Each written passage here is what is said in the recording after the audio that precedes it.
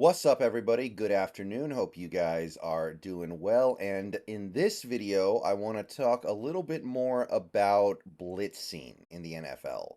That's right. I want to go into a little more depth about blitz rates. And we've talked about this already with the Seahawks this year, but things are a little bit different.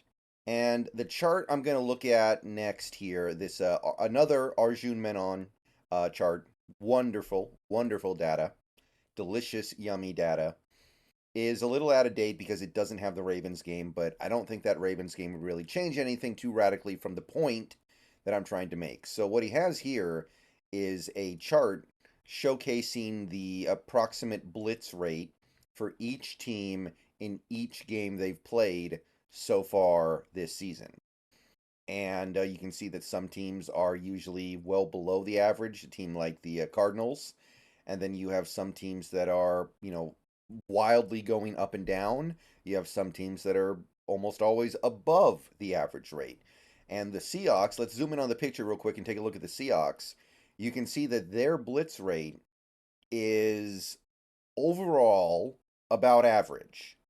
There are some games where they blitz an average amount. There's been a game where they were noticeably lower than average, and then one game where they were noticeably above average. But you average it all out, and they're right near that red line. And that red line comes in at about, what, 30, I would estimate, what, 32, 33%, something like that. So, the point is, the Seahawks have made big strides to increase their blitz rate because last year they were one of the least blitz happy teams in the league. And traditionally, under Carroll, they don't really blitz that much. I think they had a very similar blitz rate to the Jets last year.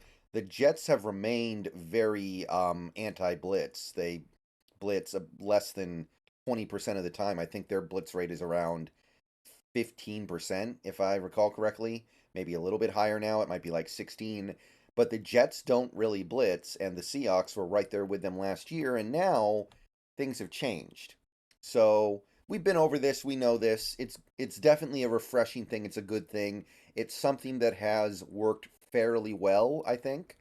This is obviously a flawed Seahawks defense, but I feel like this propensity to blitz at an at least average rate is helping. However, in this video, I want to go a little bit deeper because I've seen some more data that I find to be very illuminating. I talked about this a little bit last night, but I want to really go into this in a video because this is pretty much all five-man blitzes. So, in the NFL, the average pressure package is going to be four guys. You rush four guys at the passer, and those four guys try to get there. That's a typical play. Now, a blitz is any time when you send more than four guys, right? If you send five guys, that's a blitz. Six guys, blitz. Seven, any amount more than four is a blitz. So there needs to be a little bit of nuance within just saying a blitz because there is a big difference between a five-man blitz and a six-man blitz. And as we're about to see, these blitzes the Seahawks are sending approximately 32, 33% of the time are pretty much all five-man blitzes. Benjamin Solak on Twitter, I'm hoping I'm pronouncing that right, posted this chart yesterday that I just found fascinating. How often each NFL defense sends a six-man pressure. Six or more, rather. How often does each NFL defense blitz six or more defenders? So let's look at this chart here. The Vikings are breaking they single-handedly make this chart twice as tall as it needs to be otherwise. 30% they're sending six-man plus blitzes. You have two teams that are above 10% other than the Vikings, Patriots, Giants, and then every other team is under 10%. But the Seahawks, dead last, looks like somewhere around 1.5%. So of the approximately 30, like I said, I think the number is about 32%, 33% of the time the team blitzes. Approximately 1.5% of those blitzes are six-man blitzes, which means that basically all of the blitzes are just five-man. Now, the question I have in this video is that a good thing or a bad thing? Because this is subjective. Not making this video to say, wow, the Seahawks are really doing this bad thing, they should stop doing it. Nor am I saying, wow, the Seahawks are doing this one thing awesomely, they need to keep doing it exactly this way. Everybody's going to have a different opinion on whether or not blitzing is good, and they're definitely going to have different takes on whether or not a multiple blitz is good. So I look at this and I think about the typical setup of an NFL offense versus an NFL defense. And I got to be honest, I'm happy that this has happened, but for me personally, I look at this and I go, we've still got a little bit of work to do if we want to get to where we want to go. Being this extreme, where we are literally last in the entire league in sending six-man blitzes, probably means that I would say that we're doing something not quite right. Because this is kind of the essence of being passive, right? Like, I don't know if the Vikings are doing a good thing by sending six-man blitzes 30% of the time, or six-man plus blitzes 30% of the time.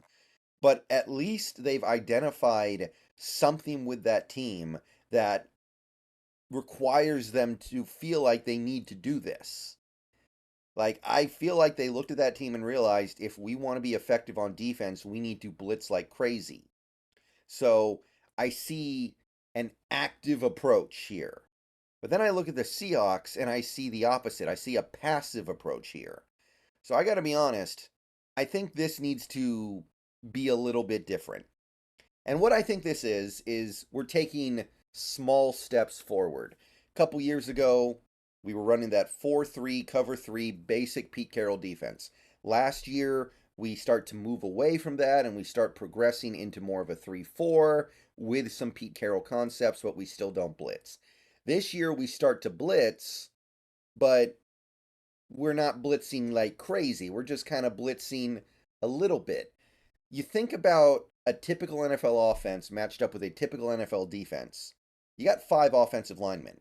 So if you blitz one guy and it's a 5-man pass rush, the offensive line, if they recognize the blitzer pre-snap, is going to be able to pick it up. Now, you hope somebody can win the one-on-one, but if somebody wins the one-on-one, they usually don't win it by pushing through the guy like he's tissue paper. They at least get held up for a second, and that's usually enough for the ball to come out. Usually to the area vacated by the blitzer. So I look at this and I go, I'm happy we're taking steps in the right direction.